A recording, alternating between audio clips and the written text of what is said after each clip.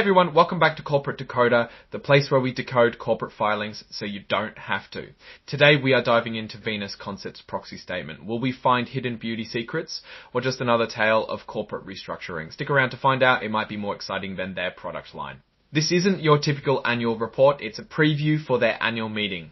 We are going to dissect the important stuff that stockholders need to vote on, from director elections to approving stock issuances. And trust me, there is a lot to unpack here. First up, the election of directors. Stockholders get to choose 3 people to sit on the board until 2028. The current nominees, Louise Lakin, Anthony Natal, and Stanley Tyler Holmig, have been nominated for re-election. These folks help guide the company's overall strategy. Next, we have the routine stuff like ratifying the selection of Elm LP as their independent accounting firm for next year. Think of this as rubber stamping who checks the company's financial homework. Now we're getting to the juicy stuff, stock issuances. There are multiple proposals to approve the potential issuance of millions of shares of common stock upon conversion of preferred stock, specifically Series Y preferred stock, Series X preferred stock, and senior preferred stock, along with a convertible note. This is where things get a bit complicated, but hang in there, as these proposals could significantly dilute existing stockholders.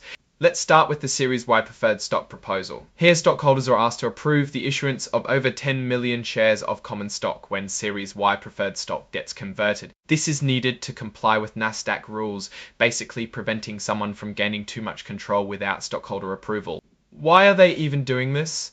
The company says this is part of a debt restructuring that happened last year and the previous years. They claim it helped improve the balance sheet by slashing debt by millions of dollars. There is a pesky Nasdaq rule involved. It requires stockholder approval when issuing stock that could result in a change of control, meaning someone could grab over 20% of the voting power. This proposal wants to remove that limit, allowing those preferred shares to convert fully into common stock.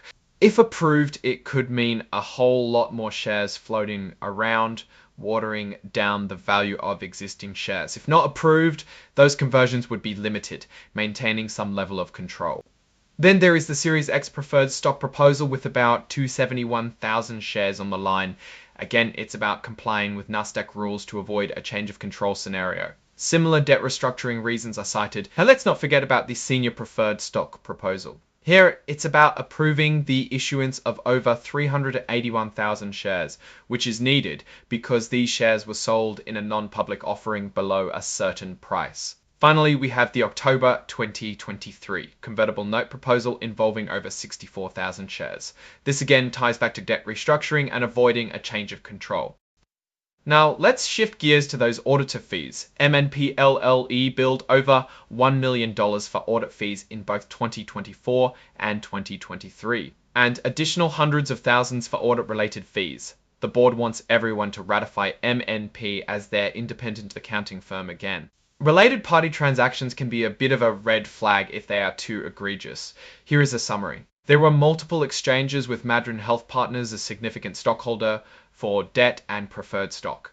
There's also a loan and security agreement with them. EU Healthcare Partners, another major stockholder, also participated in note purchases. These transactions are all related to debt restructuring and raising funds.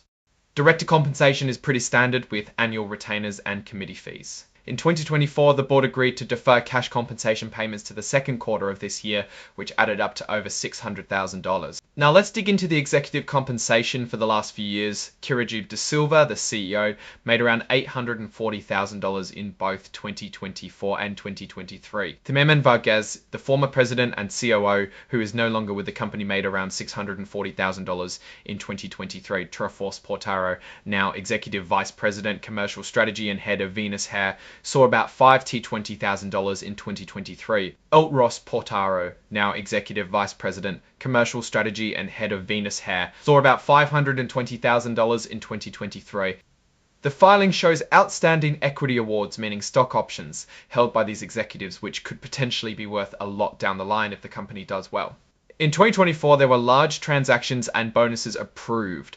Kirk Gunhurst became Chief Revenue Officer and Melissa Kang became Chief Product Officer. Ross Portaro became Executive Vice President, Commercial Strategy and Head of Venus Hair, and Michael Mandarello became Chief Legal Officer and Head of Strategy and Operations. These promotions may affect the company's direction and results, so keep an eye out. Here we get a glimpse on how executives made bank when the company didn't.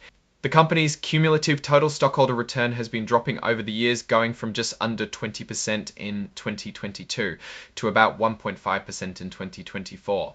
However, despite revenue not reaching all expectations, management has been preserving cash, leading to the board deciding to award the target bonus. Lastly, as of the end of 2024, the company had around 89,000 securities available to be issued under equity compensation plans and around 29,000 shares remaining for future issuance. So what's the verdict?